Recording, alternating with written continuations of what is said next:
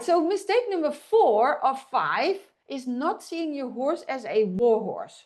What do I mean by that? It's not like, okay, let's go and kill someone. That's not what I mean. It's a metaphor for that your horse is flexible, strong, mobile, athletic, prompt in the behavior, precise in the behavior, also polite in the behavior, not resisting you, not going against you or avoiding your guidance. No, a partner, right? A true partner.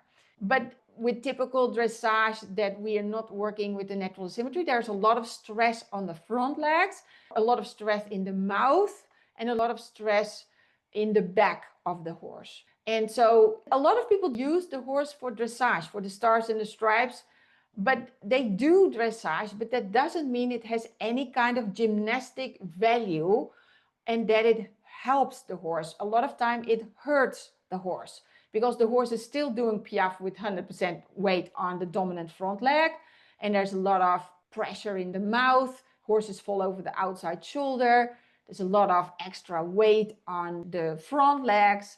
And so that leads to what I call goal-alienated riding. And so I learned a better way from Pluvinel. And so that is goal-oriented riding. And what do I mean by that? Back in the day, or in the 16th century, the kings went to the battlefield and they were man-to-man fights. And the king who had the horse who was the fastest and the easiest and the most flexible and mobile and agile won, right? So you had to rely on a good educated horse. And I was like, I need to treat my Maestro as my war horse. So mistake number 4 is not seeing your horse as a war horse. And what is the strategy to create a war horse? Step number 1 is to supple the body. We also can be super stiff, and then you know what you need to do, right? You need to stretch. But if you do these stretching exercises, you don't take the extra weight of your cat or your kid. No, you do it without extra weight first. All right, so that is how to do it. You stretch the short muscles and you contract the long muscles. And then step number 2 is that you start suppling the hind legs. Because as you can see on these pictures, the hind legs like to be sort of also stiff. And they like to push instead of that they are very mobile, flexible, and strong, and that they can carry.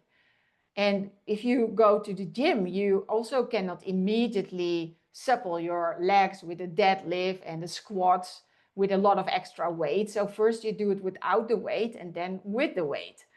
So you could imagine, like, if you do a parallel with us humans, that you first do lunges with your legs and you do the same with a horse. So first it's one leg at the time, one hind leg at the time, that you make more supple.